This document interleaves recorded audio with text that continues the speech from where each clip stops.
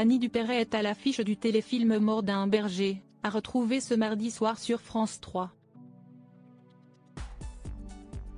L'occasion de s'intéresser à l'actrice, notamment à son rapport au temps qui passe. Les années passent mais Annie Dupéret, qui aura 77 ans au mois de juin, continue malgré tout de se montrer active. Elle est à retrouver ce mardi soir sur France 3 dans le téléfilm Mort d'un berger. Si est-il d'ailleurs ce qui la sauve, d'après elle. J'aime le public. J'aime jouer, faire des lectures. Si est mon métier et cela m'oblige à rester en forme. Je pourrais très bien contempler la nature dans mon jardin de la Creuse et regarder mes petits-enfants grandir.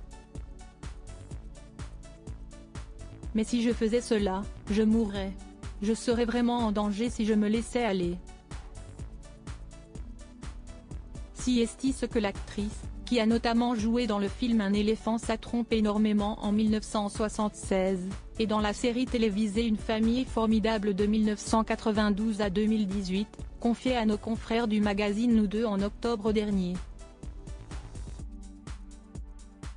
Toujours donc dans cette volonté de rester active, Annie Dupéret est ouverte à n'importe quel type de projet, elle qui acceptait même de participer l'année dernière à la nouvelle saison de Masked Singer sur TF1.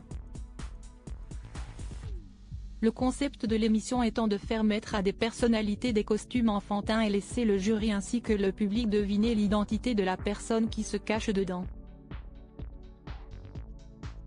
Annie Dupéret, cette expérience mitigée, une aventure inédite pour la maman de Gaël et Sarah, qu'elle a bien apprécié hormis un détail, le comportement de Mélanie Brown, alias Mel B.